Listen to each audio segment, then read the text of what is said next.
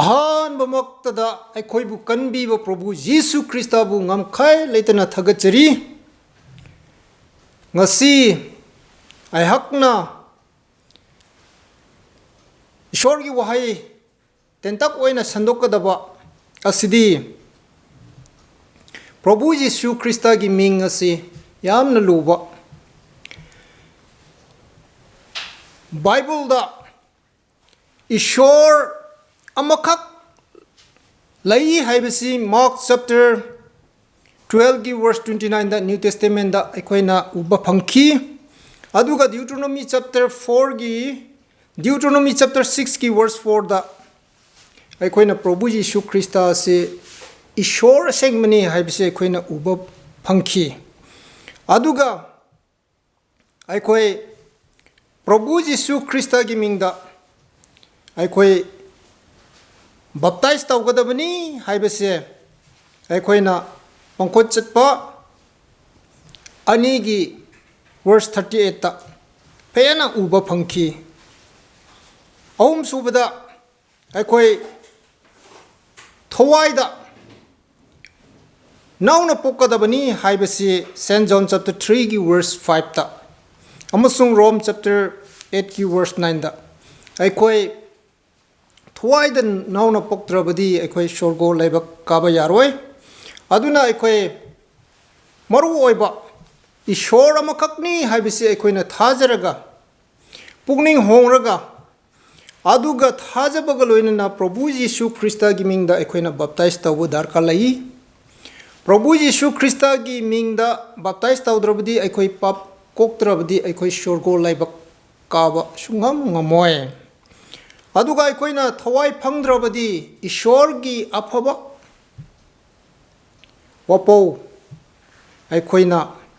bhab taroi aduga ishor gi thawyan tawbuda aikoina mapung phana tawbu ngamoy aduna chilinausa aikoi doctor na aikoi gi thawai kanbiba ngamba yai amasung lawyer singna aikoibu gi thawai bu ngaksenbiba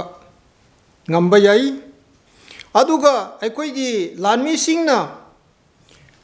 aikoida ingthaba piba yai adubu makhoi ahumdigi khoidagi maman luba khoidagi kanba aikoigi Prabhu Jesu Christa mahaknadi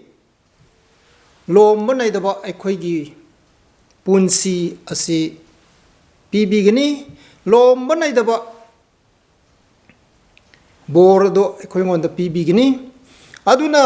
lomba naidaba hingba phange hairabdi aikoi Prabhu Jesu Christa asi thajaraga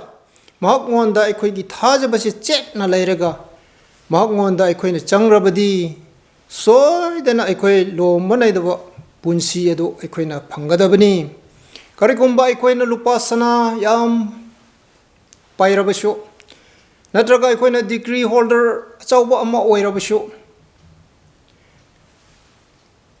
hakchang yam pharabashu natraga aikoigi sak yam phayarabashu Prabhu Jesu Christa gi mi oidaba Prabhu Jesu Christa na khandokpa mahakki machanupa oidaba